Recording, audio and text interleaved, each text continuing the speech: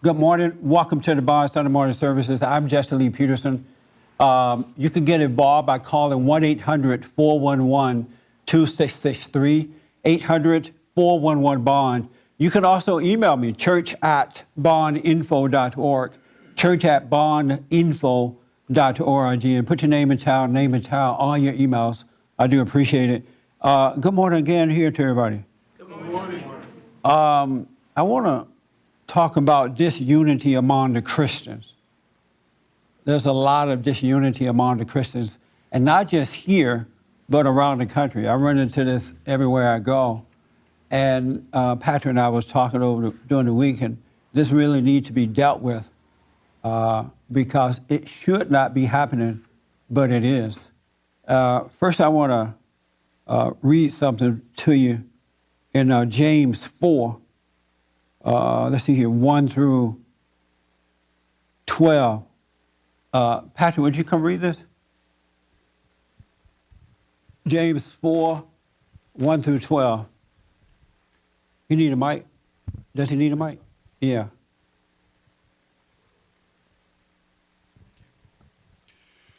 Where do these wars and battles between yourselves first start? Is it not precisely in the desires fighting inside your own selves? You want something you lack, so you kill. You have an ambition that you cannot satisfy, so you fight to get your way by force.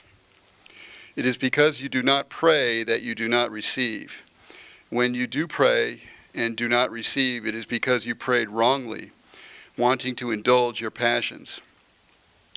Adulterers, do you not realize that love for the world is hatred for God? Anyone who chooses the world for a friend is constituted an enemy of God. Can you not see the point of saying in Scripture, the longing of the Spirit he sent to dwell in us is a jealous longing? But he has given us an even greater grace, as Scripture says. God opposes the proud, but he accords his favor to the humble. Give in to God, then resist the devil, and he will run away from you. The nearer you go to God, the nearer God will come to you. Clean your hands, you sinners, and clear your minds, you waverers. Appreciate your wretchedness and weep for it in misery. Your laughter must be turned to grief, your happiness to gloom. Humble yourselves before the Lord, and he will lift you up. Brothers, do not slander one another. Anyone who slanders a brother or condemns one is speaking against the law and condemning the law. But if you condemn the law, you have ceased to be subject to it and become a judge over it. There is only one lawgiver, and he is the only judge and has the power to save or to destroy. Who are you to give a verdict on your neighbor? All right, thank you. Oh. Isn't that interesting? Did you guys understand that, ladies? Yeah. What I've noticed is that there are people who call themselves Christians, but they're only Christians for a little while. They'll be a Christian until you agree with them, as long as you're agreeing with them and stuff like that. But as soon as you disagree, they become a sinner again, a child of Satan. And then they go out and they start bad-mouthing each other and, just doing weird things to each other, saying weird things. And then they say it to other Christians who are willing to hear it, And I'm not understanding what's on the mind of people who say that they are born again and can be this way with one another. And I see it, like I said, not just in, our congregation, but I see it when I travel and speak to other Christian groups and organizations. There's a lot of backbiting and gossip and dishonesty that's going on. And I have to say that you cannot be a child of God and live that way because you have a new nature. You have love now. And if you are gossiping about someone or you don't give the other person the freedom to be wrong and not judge them, if you think that you can ride two horses at the same time, one moment you're on the side of what's right and the next moment you're on the side of evil, if you don't have compassion for your fellow man, then you're not a child of God. Because God is love, and if you have perfect love never deviates. It's always the same. But in all honesty, I'm not seeing it. I'm just not seeing it, and it's amazing. And I want to know, if you could be honest here today, what causes you to listen to gossip about another person, and what causes you to, as a man or a woman of God, what causes you to go out and gossip to other people about someone else? Because God said that if you have fault with someone, go directly to that person and deal with them. And if it doesn't work, take a witness. And then if that doesn't work, forget about it. Let the dust hit your feet. But I don't see too many Christians doing this. And the unfortunate thing about it, when you truly become a Christian, you're going to have enough to deal with just by dealing with the devil's folks. You know, they're going to come after you anyway because they want to stop you. They don't want you to, get the truth out there or shine a light. So they're going to come after you like everything. So we don't need Christians going after each other. I don't get that mind. Well, I kind of get it, because I used to before God changed my heart, I was one of those phony Christians like that. Said that I believed in God, but my nature had not changed, so nothing really changed. I still had the same mindset, the same action. Some of the worst people in the world are the Christians. Have you noticed that? But what I don't understand about it, what is it about you that don't say to yourself, you know what, I'm supposed to be a Christian. Why am I doing the same old thing? Look like you should ask yourself that. Why are you still mean? Why are you still dishonest? Why do you talk about other people? Why do you only like people as long as they get along with you or agree with you? The worst thing you can do in life is disagree with a Christian. They will go after you harder than the sinner or the non-Christians. And then they will go after you with vengeance. But yet they'll deceive themselves to say that it's love. And it's bad out there, folks. And I really want to warn you about this. I saw a YouTube of Glenn Beck. You know who he is? He's a talk show host, right? And he does this talk show on the internet now. And he had a guy on and his wife. I didn't hear the wife's story yet. I just heard the guy on the show. And this man is a conservative guy. And apparently he wrote an article that was supposed to be true about a liberal guy, a child of Satan. And what the children of Satan are doing now is that they are organizing, and they are heavily funded. They get a lot of money from other, Satan's other children with money. And if you disagree with them, especially if you have power and you disagree with them, they organize to take you down. And so what they did to this guy for writing this article is several things they did to him, he and his family, according to the report. They called the police on him one night and said that he had shot and killed his wife in the home. And so in the middle of the night, what do you call those people that wear the SWAT team goes in there and knock on the man's door, knock on his door. The guy go down and they arrest him, put handcuffs on him. And they ask, where's your wife? Is your wife okay? He's like, yeah, she's okay. So the wife comes down, they search her and really put her through it. And come to find out that this was done by the children of Satan in order to bring this man down, because he wrote the truth about, the liberals or the children of Satan. And also they organize now and they call your job and they tell your boss that you're a child molester, that you rape, that you do this, so that they can get you fired from your job. So the children of Satan are organizing to promote evil, because good, whenever they're doing this and they're so desperate like this, it means that good is having somewhat of an impact. It is starting to have an impact.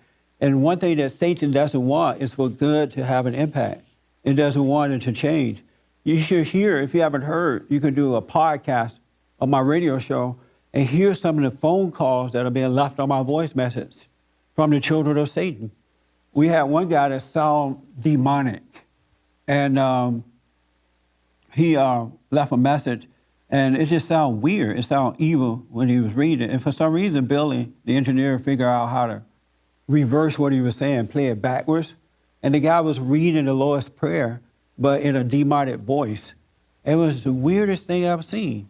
And all kind of weird messages. One guy left a message that Satan knows that the time is short, so he has to come out now and start doing what he's doing. And I want you to know that this battle is a spiritual battle. It's a battle between good and evil. It's not physical. And it's really time to wake up to that battle.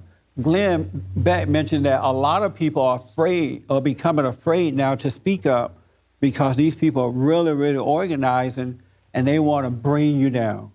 And they're serious about doing it. And so a lot of people are afraid. But I say that if you truly are in God, if you truly, truly believe in God, then they can't intimidate you. They can take away your job, they can take away all that you have, but they can't take the truth away from you, and the truth will eventually win. So have no fear, but you gotta love one another. At least love your family, the children of God. We're on the same team.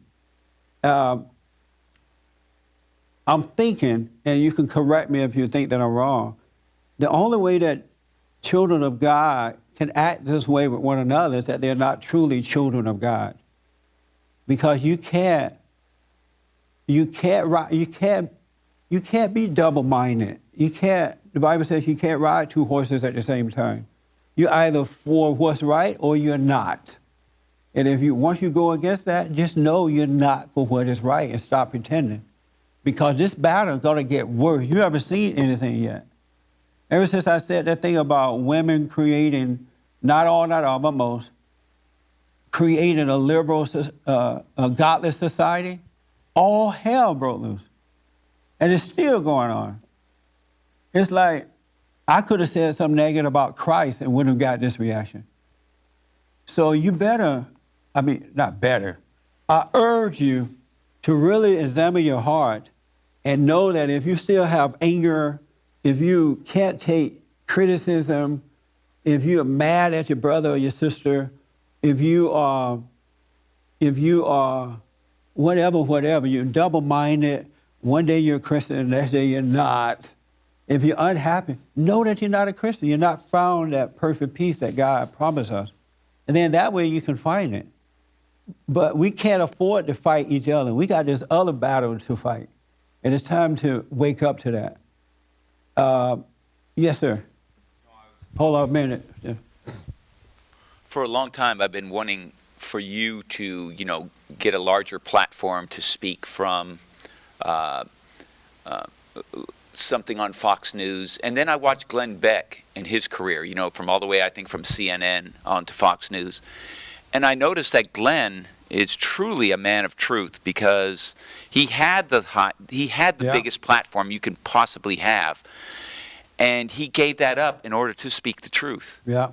That's why he's off Fox, I believe, because he was saying things that I had learned a long time ago about the evil organization. He was getting deep into the expose of it. He does a very good job of that. And yes, shocking me with stuff that beyond what even I thought I knew about it.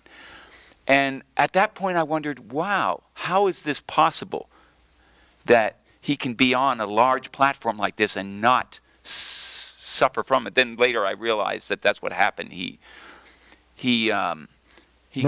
removed himself from the platform so he could speak the truth more earnestly, because now he's like disappeared, except that he's on internet and he's doing his own thing, but he's not on the main stage anymore.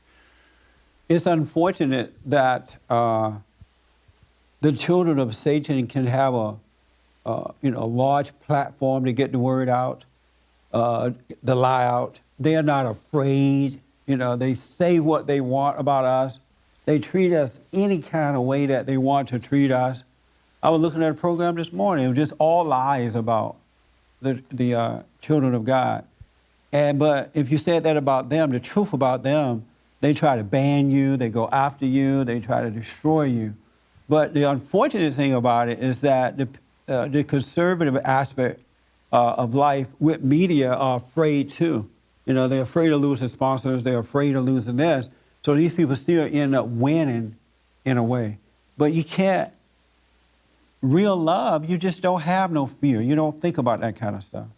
You just go through what you got to go through because you know that God is with you. But if you're half-stepping, you're going to get wiped out. If you're a pretense Christian, you're going to get wiped out. You really will. And I'm telling you, I used to be one of those Christians that said I was a Christian and just had no courage, still carried anger, didn't want to be corrected by anything, you know, turn against my brother or my sister at any point. And it's just crazy to me now to see. I don't know how you think that we got to win. No wonder ain't nobody going to heaven. We're going to have a lot of room in heaven. I can't even say I'm going for sure. I cannot say, well, I know I'm going. I don't know. But I do know a whole lot of folks, I just don't see how they're going to get there. Just because you call yourself a Christian, that's not going to get you to heaven. Heaven is here and now. You got to live now. You got to be the light now. And then hopefully God will let you in when you drop your body.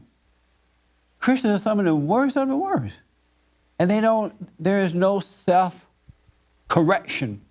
You know, like here in this disunity among Christians, it says that where do these wars and battles between yourselves first start?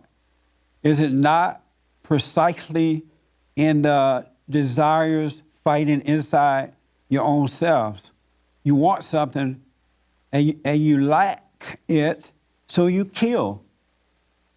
It starts with you first. The only reason you're gossiping about someone else, because something is lacking in you. The only reason you're fighting someone else, because it's lacking in you. The battle is in you, but you won't recognize that. You'll go out and kill somebody else for it by going after them and being mean to them and whatever. It's in you. You got the problem. But your ego won't let you see that you have the problem. Yes, Patrick. I have seen lately that I am the problem. And that, these liberals and these leftists, they're very vicious, yeah. But I'm very vicious. Yeah. And so, I used to look at myself as being somebody apart. I'm a conservative, I'm a whatever, flag waver, I'm a Christian. There's really no difference because what's inside of us is the same as what's inside of them. Yeah. There's really no difference. That's right. And that's why we're not winning this battle in the manner that we could and should be winning, because you really got two devils fighting against each other. One pretending to be a Christian, and the other one is devil all the way. So you can't win like that. And the best way to overcome that is to recognize that.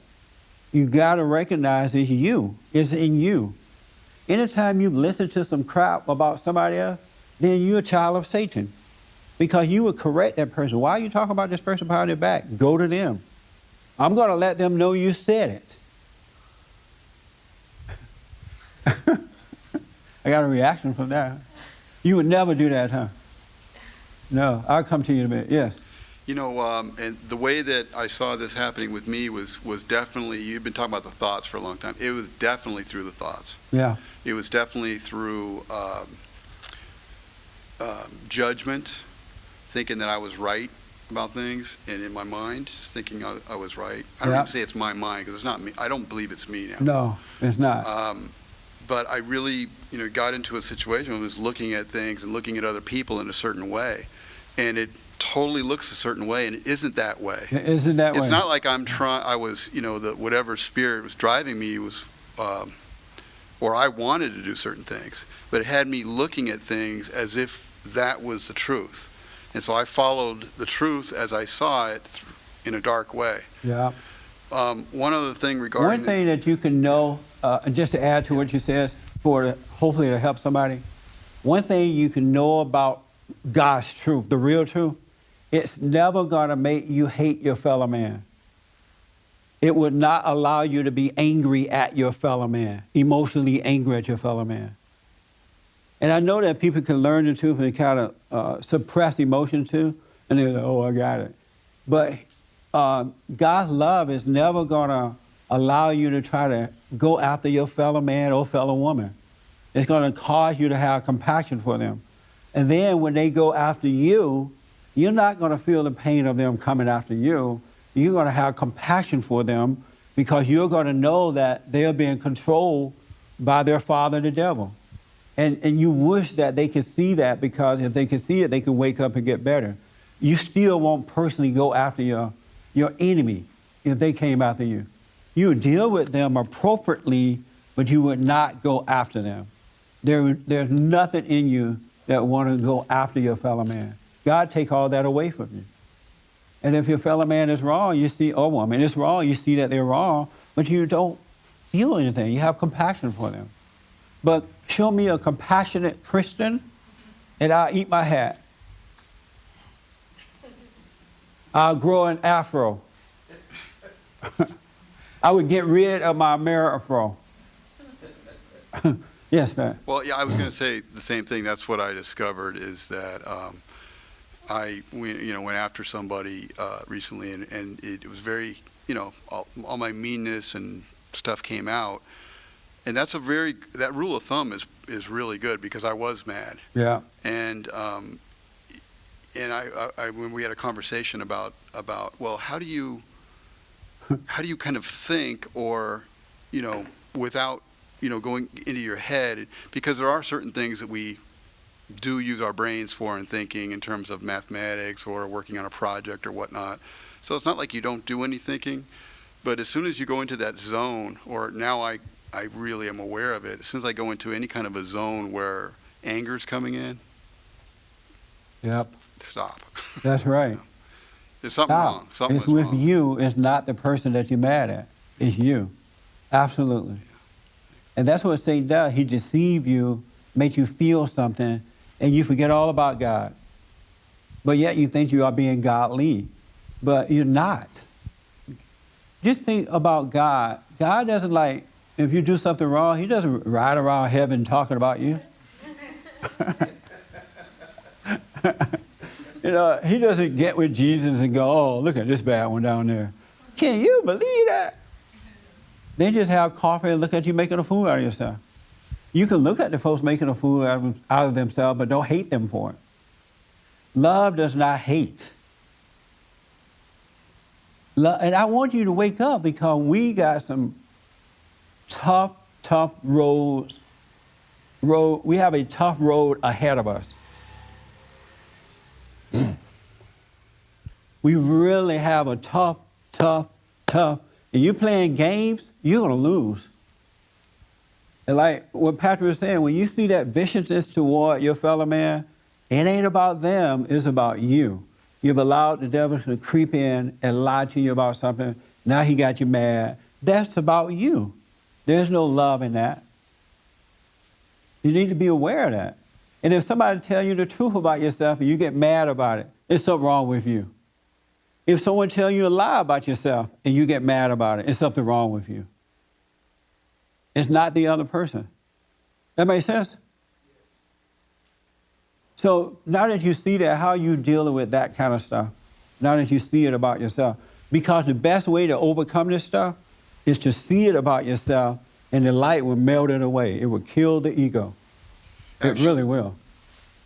Actually, well, because what seems to be missing in me after this outburst is my sense of self-righteousness. Yes. I had that bad, really bad. And I'm not saying I don't get mad at all, but there's a missing sense of self-righteousness there. So I really haven't had any serious issues whatsoever since that happened. That's good. Yeah. That's what happened. Once you wake up to yourself, things start to change. Whatever you want to overcome, become aware of it. That's all you need to do. Be conscious of it. Admit it. Like the Bible says, confess your sins. So when you become aware of it, you are admitting it, then God will wipe it away from you. It will just be gone. That's all you need to do. But to get people to come out of denial is like trying to pull your teeth with a pair of plows. That's the hardest thing to do, because the ego can trick you and give you a sense of self-righteousness. And you think you really have it. Even though you may be tripping or have anger and acting out, you still think you have righteousness. Isn't that amazing how you can be tricked like that? You can absolutely be tricked like that. Let me ask this young lady a question, then I come to you. When I said that if someone come to you and talk to you about another person, you should tell them, go to that person. And if you don't, I'm going to tell them what you said. You gasp. Why is that? I did because I really, really do not see myself saying to that person, I'm going to tell. Really? Yeah. So you hear it, but you won't tell them, I'm going to tell that you told me this. Yeah, I really doesn't fit in my brain to tell the person that I'm really going to tell the person. And why not? Because if I imagine that doing to my own family members, it's not even close to reality. It's not even close. But yet you sit there and let someone talk to you about another person in the family. I might not. You might not? Yeah, if it's close, like really close family member, and if I have that courage, I would say, don't talk about that person. If you better had the courage. Yeah, you better go tell the person. But I know 100% that I won't tell. I'm going to tell that person. Wow. Even though I might. And what are you afraid of? Everything will happen to me. Everything. Like, in the whole Cecilia will look at you. The whole Cecilia will know that you're a traitor. The whole They're what? Cecilia? The whole family. Oh, the whole family will know that something wrong with you? Yeah, they will know about the situation. They will make you look that you're not a person to trust you at all. And Right. It's not a good thing to feel among the family. Really? Who would you rather feel that you can't be trusted? God or your family? Well, of course, God. Then why do you put your family first then? That's how I grew up. It's inside Right. of me. No one never asked me that question. Right. So it grew up with me. Now it's time to overcome it. And I know more and more about your folks. What are you people? Where are you from? Armenian. I mean, the Armenian people are messed up in that area. They have this thing where the family is it. But the family is not working.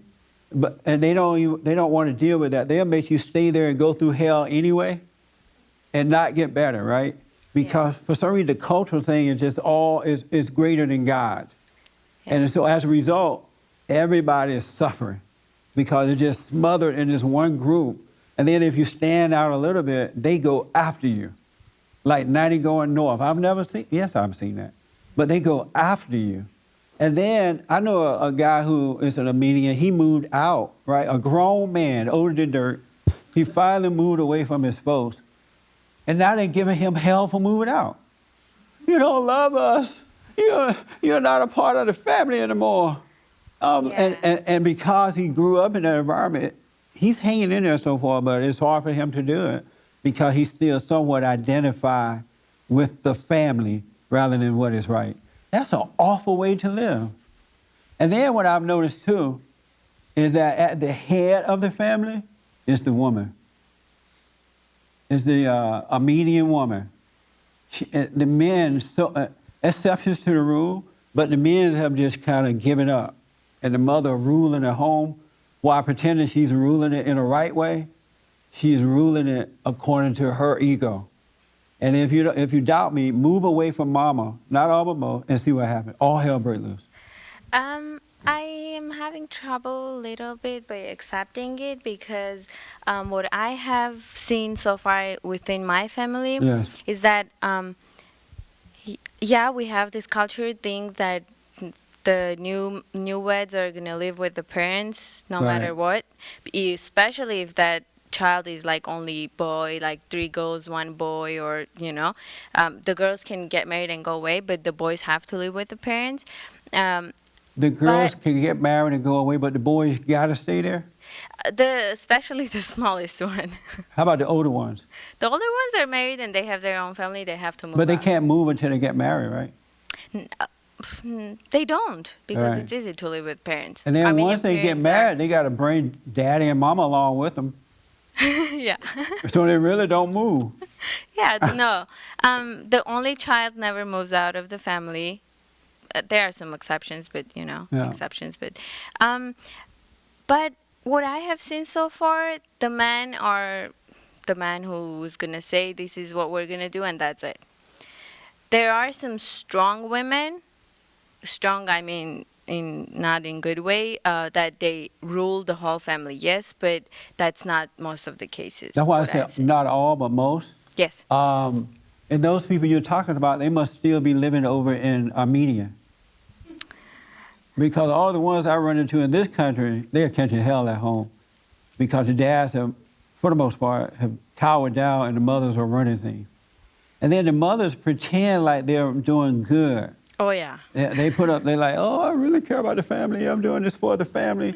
And the kids can't tell mama the truth because they know she's going to be hurt by her. Her ego will be hurt. You know why they can't? I have noticed this because when mother says something, Yeah. then you say, hey, mother, this is not right what you're saying. Oh, I didn't mean to harm you. Yeah. That's it. You can't say anything else because you really don't know if that was true or not. I don't mean to harm Yeah. you. It's over for you. Now you can't speak up to that. Yeah, that's it. Isn't that amazing? That's how they control it. I know two good friends of mine who are Armenians, and one just left home and he's catching hell for mama. And the other one is living with mama. Daddy is wiped out. And mama is living there. His sister's living there. His wife is living there. And it's a mess. And they think the dad is bad. I said, deal with the mama. You'll see what's going on with her, too. She's really ruling the nest. But they're trying, but it's hard for them to do that. But, I used to say, well, black people are like that, but you got to make us look nice. I got another group I can pick on now.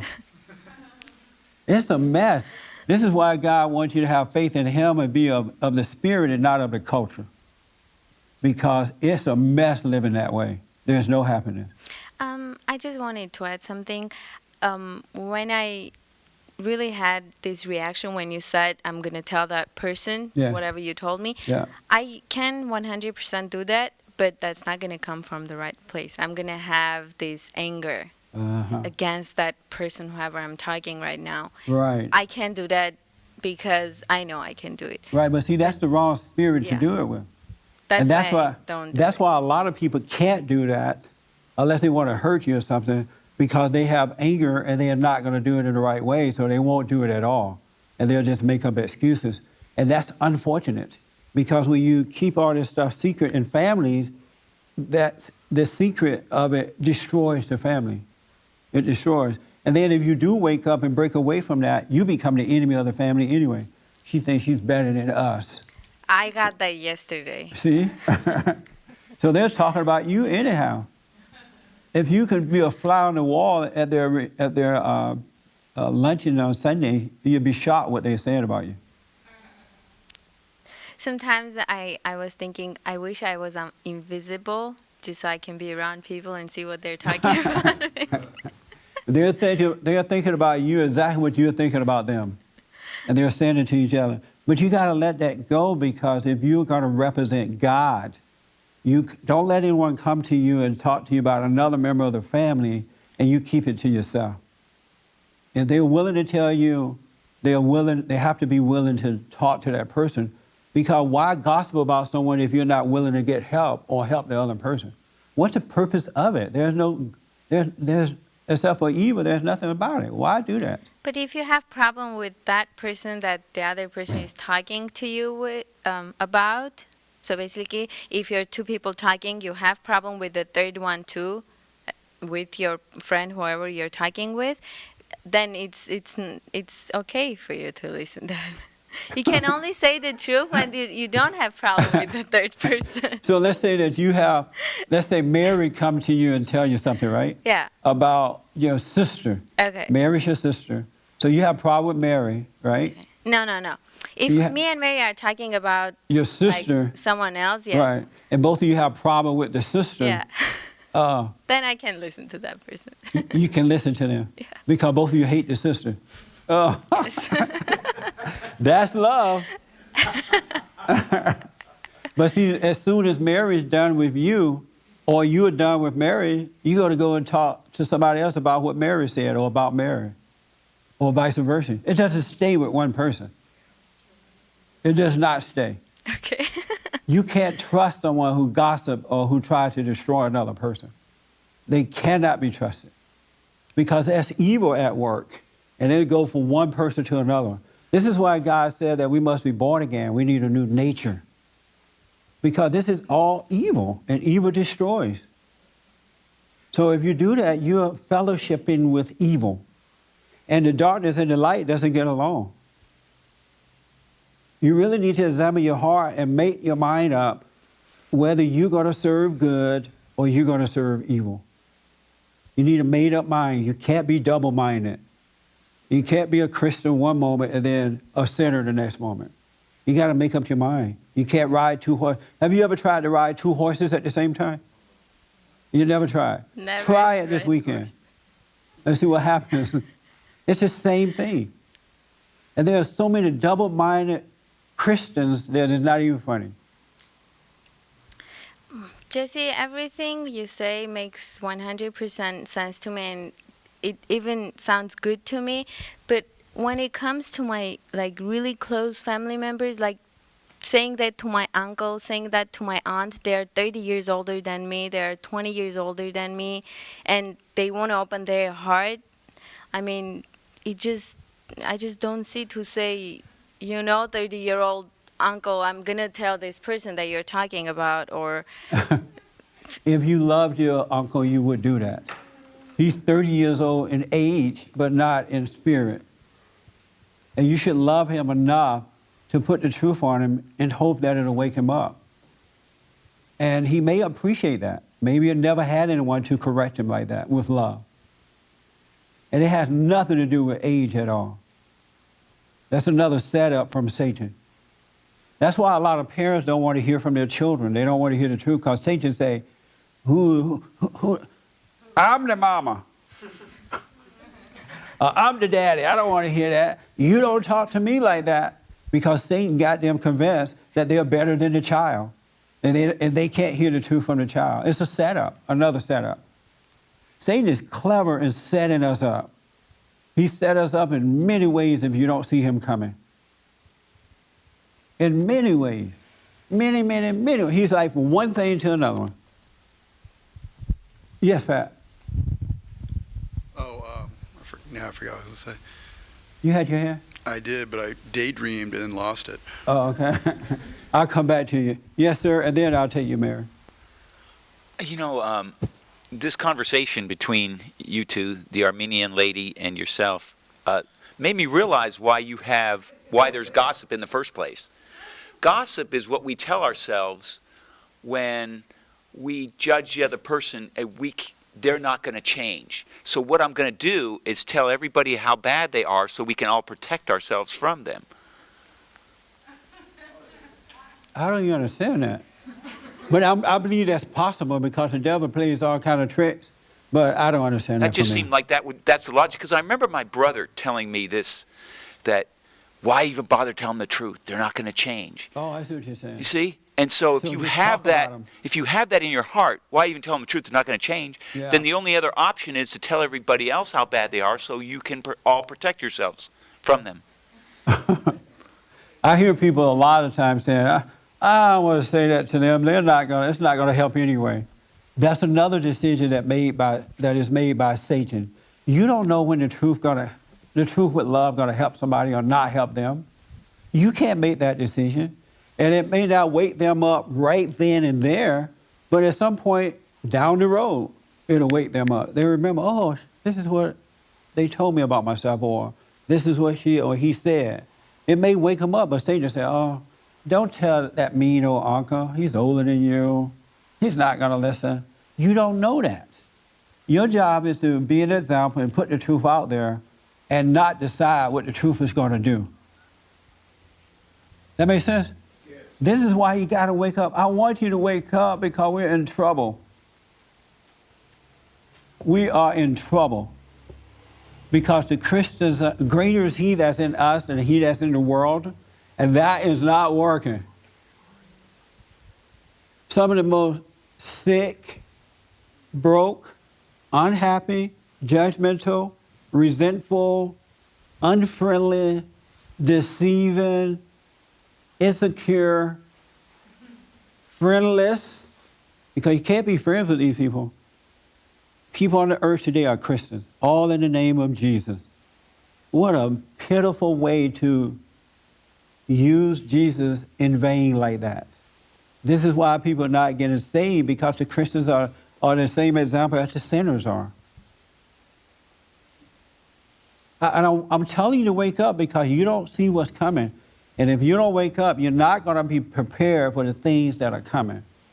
And believe me, the children of Satan are organizing. They are serious about what they're doing. Unlike the Christians, they're coming together. They may not like each other, but they come together to get the job done.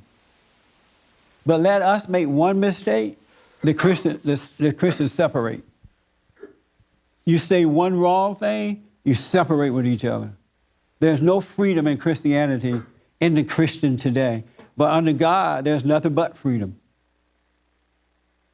Isn't that amazing? You better wake up. I'm telling you. And for me to give you the warning, I'm dumb. I'm not educated. I have no degree. For me to be, I have been saying this in the past years or so. I'm telling you, you better wake up so that when God gives you that warning sign, you recognize it and see which rock to hide behind. Really. It's going to get worse, folks. The stuff I hear every day and the stuff I see and the counseling that I deal with people and the attack upon me. And I almost don't even want to bring up the attack upon me because it's not bothering me one iota. And that's another thing that I don't know what tomorrow is going to bring. I'm just talking about from 22 years to this day. The stuff I've gone through has made me better. But I don't know what's down the road, right? But because I was conscious enough to overcome the little things, so now I have what look like some big things, I feel nothing about it. I feel confidence. I feel that it's okay. I feel it's like it's not. I feel compassion for my enemy. But before I woke up, when God changed my heart, I had no compassion for my enemy. My enemy came after me. I'm going after them. I had there was a guy called my radio show this week out of Georgia, and he like every time he called, he's like really mad at me. He doesn't even call me Jesse. He called me Peterson. He's like, Peterson, Peterson, Peterson. Man, what are you talking about? He said, you just love those Caucasians. You want to be a Caucasian. He said, on Friday, he said, I'm going to take you out to the shed. I said, what is the shed? I'm thinking we're going to play where you put wood. That is a shed, right? Where you put wood. When you chop it up, you put it out there. He's like, I'm going to take, you need to be taken out to the shed and get your A whooped. I'm like, wow. And then he was going on like an old hag. He was saying, I got people in Los Angeles. I'm going to come out there. I'm going to fire you. And I'm going to take you to the shed and whoop your A. I'm like, wow. I told him I had a bodyguard named Too Tall. I'm going to put Too Tall on you. But this is the kind of stuff we're dealing with. And my heart goes out to that man, because how can one man make you that angry that you want to take him to the shed and whoop him? That man, that one man is controlling you. That makes sense? So when you let people gossip to you about your fellow man and you don't do anything about it, you'll be in control. All in the name of Jesus. When you gossip about others, when you are riding two horses, you'll be in control. When you can't take correction, Christians cannot. How are you a Christian and you can't take correction? I can bring up a few things in this room right now, and most of you will scatter and won't leave a donation. But how you do this? Anyway, yes, Pat, because I got to move on. When you say something to people, and it should be simple. You say something, it's true, this is the way you should be. That's the way we ought to behave and listen. But what happens to a lot of us, and this is what's happening with you, you immediately go and picture some situation somewhere in your head with X, Y, and Z. Oh, this is my family. So you're not allowing the truth of, this is the way, think like this. This is the way you need to be thinking. You would agree with it. You would agree with it if you were just let it come in.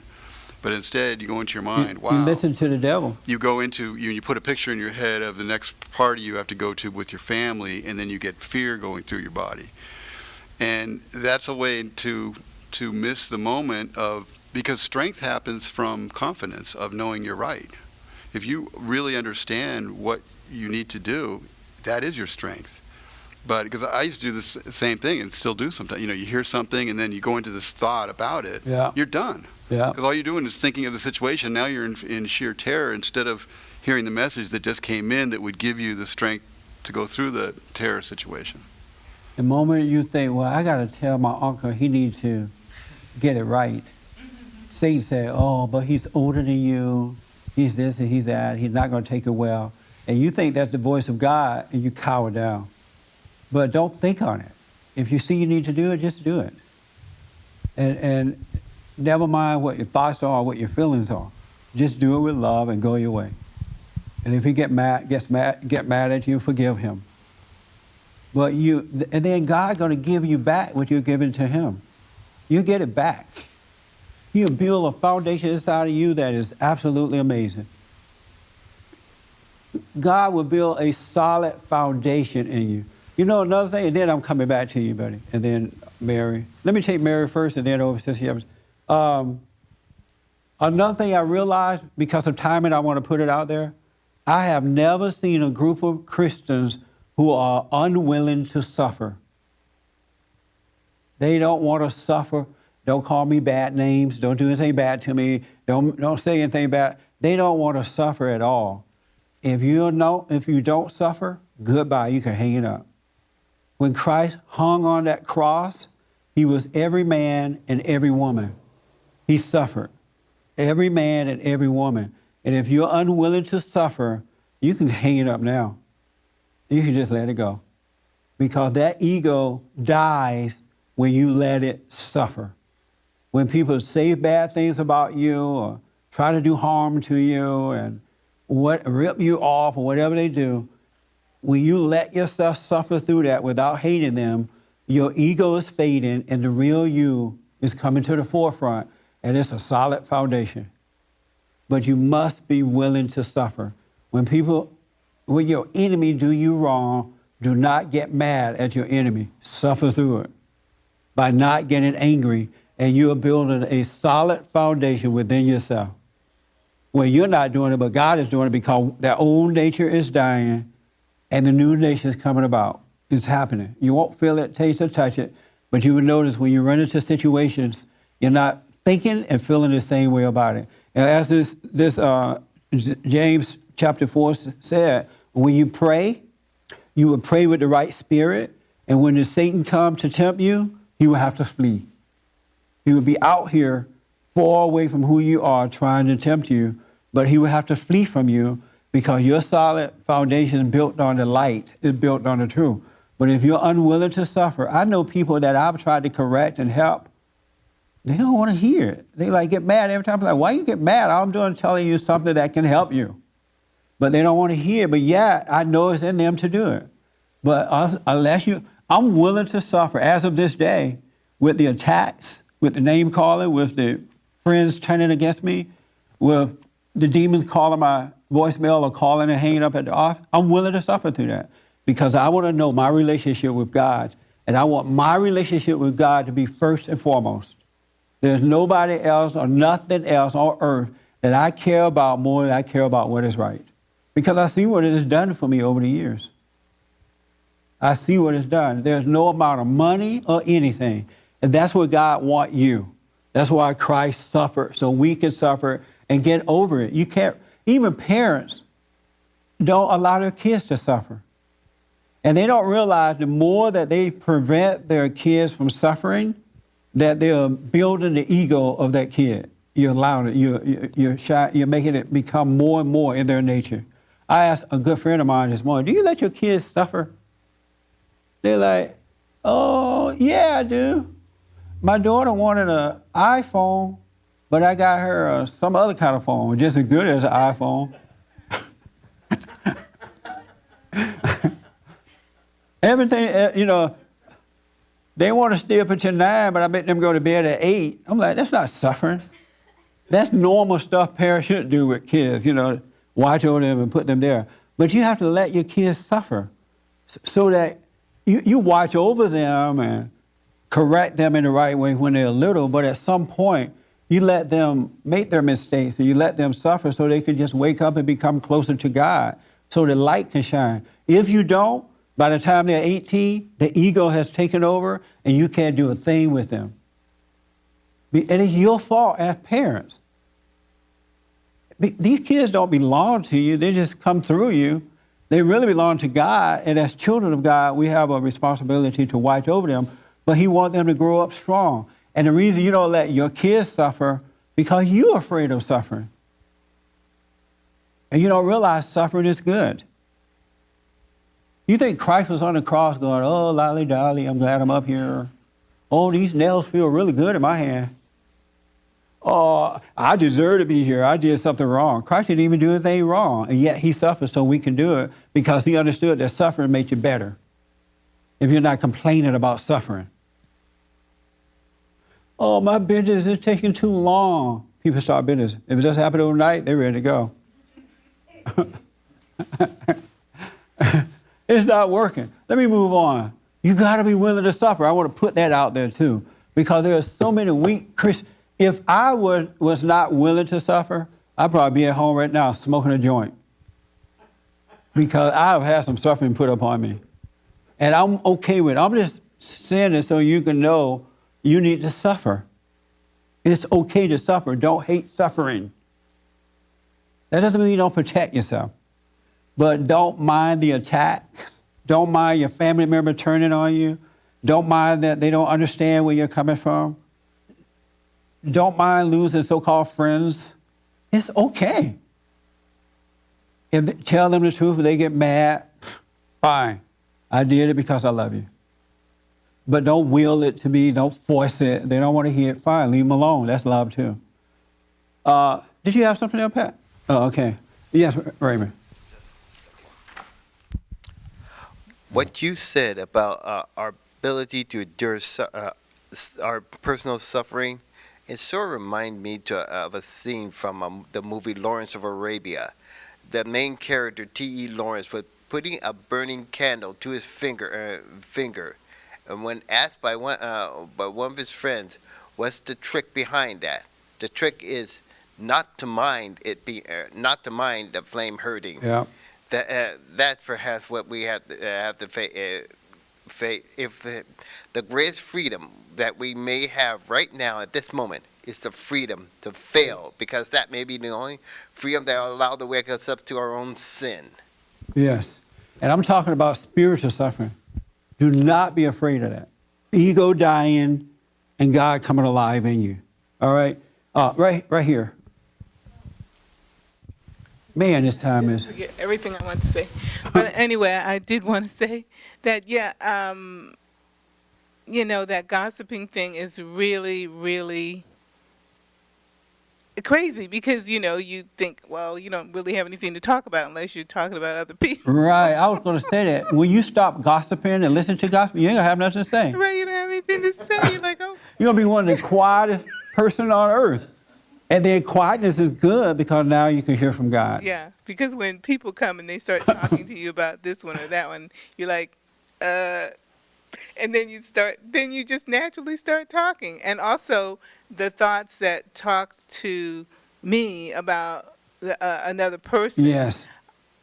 I can see that. Like this morning I was having, and it's like, and so then I was able to have them over there and me over here this morning. So that was good. Yeah. So that's helpful. So I mean, You make a good it point. is. It's amazing when you know something about somebody and you know that, I'm not going to say this, doesn't even make any sense. It's how Satan just almost come to you and make your mouth move, make you tell somebody about it.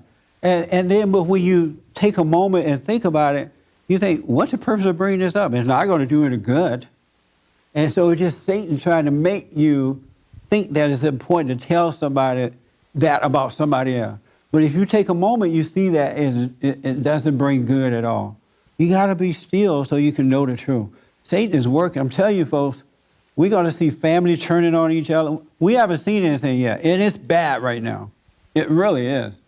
But because the Christians are weak, we can beat Satan. Let's go here real fast, Rob. We really can beat Satan. And don't worry about your family member. God will give you a family. Our spiritual family is what we want at this point. Most of our family members are no good anyhow. Anyway. Maybe this is a topic for like another time because I think more time should be spent with it. Okay. You know, you can tell us that we need to suffer, that we need to forgive, we need to do this, we need to do that, and we can all go away from here going, oh, that is so true what you say. But when the moment comes, that actual moment, and you're in that moment, I want to talk about the failure of the moment and how to get I love through it. that. We'll talk about it next week. I love that. I want to tell you what to do in that moment because the moment is the saving grace. The moment is the salvation moment. Let me take Irma's real fast, Robert. The moment is the salvation moment, but most people are missing the moment. They're missing the moment. God is in the now. He's in here and now in this moment. And if you can be quiet, if you can, like I said, if you know something about somebody, he wants you to just tell it. If you take a moment, you're being saved at that moment. You see, well, what am I going to tell that for? But that's Satan telling you to tell it. You know what I'm saying? It serves no good. Yes, Herman. I was going to say, just as a general rule from my experience, I find that a lot of men don't gossip. Right. But I noticed that in my family, I have the female members that will come to me to tell me about a cousin or aunt. And, because I don't I always tell them, hey, you talk to her about it. What I want to tell Andre's wife is that if you start doing that with your family, you'll be amazed at the level of respect that they'll have for you, regardless of their age. They sure would. Yeah. That's a very good point.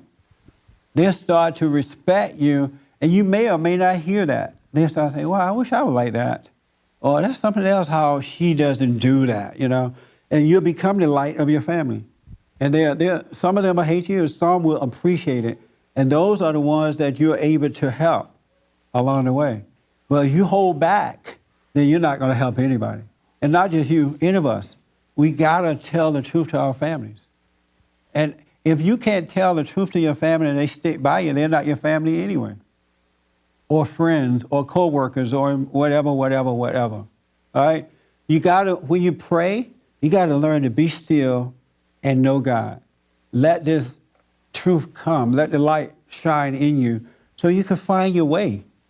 And wake up, America. We are in trouble. Planned Parenthood just put an abortion mill in Roosevelt High School here in Los Angeles. In the school. Inside the school. Planned Parenthood, all under the pretense of what? Yeah. It's the same. They may not do the abortion right there, but I guarantee you something's going to be going on that we don't know about. When you let the devil in like that with those kids, the rest is easy. Parents should not have allowed that to happen, but Christian parents are allowing it to happen. Inside the school, they had what was that? Where your child could go to school one morning, and if she's pregnant, they can take her to have an abortion. Yeah, and then bring her back to school, and the parents never know about it in the school. But this is evil, and the reason evil is working because we as children of God are not united as one. There need to be more of us. It's not a battle between us. It's a battle between good and evil. All right? So let your anger go by forgiving so you can enter into the kingdom of heaven, and then suffer. When things come at you, don't take it personally. All right? Thank you for tuning in, and thank you guys for being here.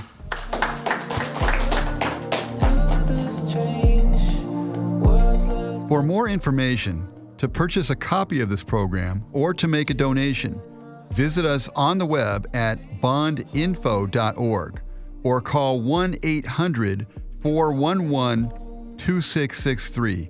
That's 1-800-411-BOND. You're already home.